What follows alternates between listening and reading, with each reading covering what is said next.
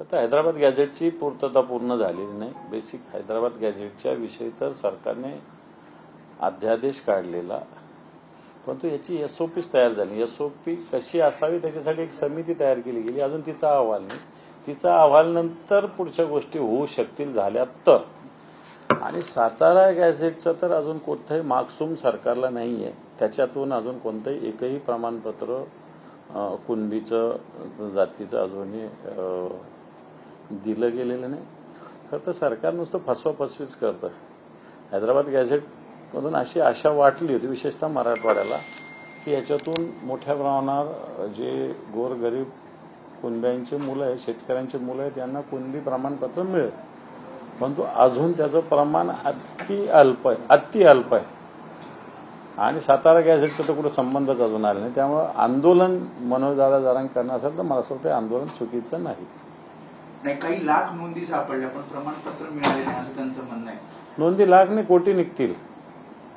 कारण आम्ही पण त्याच्यात नंतर अभ्यास केला. गावगावच्या सगळ्या नोंदी जुन्या ज्या काढल्या, मराठवाड्याला राहणाऱ्या सगळ्यांच्या आजोबाच्या पणजोबाच्या, समजा हैदराबाद 1948 पर्यंत हैदराबाद संस्थांचं राज्य होतंच ना.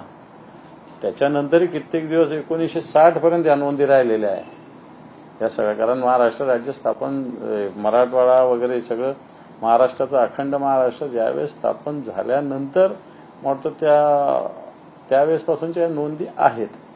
परंतु सरकारने अजून त्याची कुठलीच दखल घेतलेली नाही. त्यांचं म्हणणं आहे की भर उन्हामध्ये कडक उन्हात मी आंदोलन करणार, मंडप टाकणार नाही आणि जर उष्माघाताने मृत्यू झाला त्याला फडणवीस जबाबदार असतील.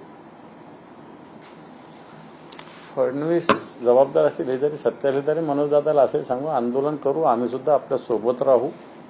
परंतु ज्याला आपल्या प्रश्नाच्या विषयी सोडवण्याविषयी जवळीकच नाही त्याच्यासमोर काय करायचं हा पण माझा प्रश्न राहील. आंदोलन करायचं पण आपला जीव गमावून का करायचं हा माझा प्रश्न राहील.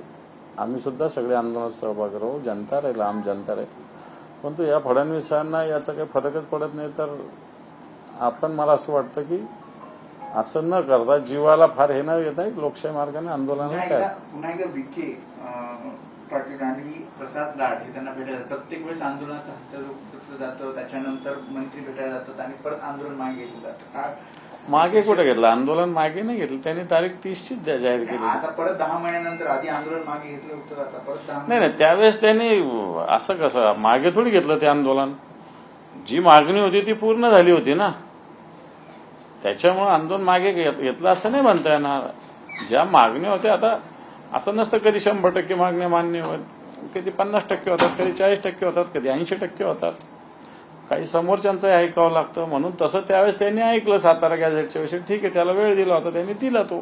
तुमचं समर्थन असणार आहे? बिलकुल आहे, काय प्रॉब्लेम नाही. आंदोलन पूर्ण समर्थन हो, पक्षाचा विषय नाही बोलत मी. आम्ही तरी आंदोलनात सहभागी हो. कारण मराठा समाजाला न्याय मिळालाच पाहिजे ही भूमिका आमची आहेच आहे.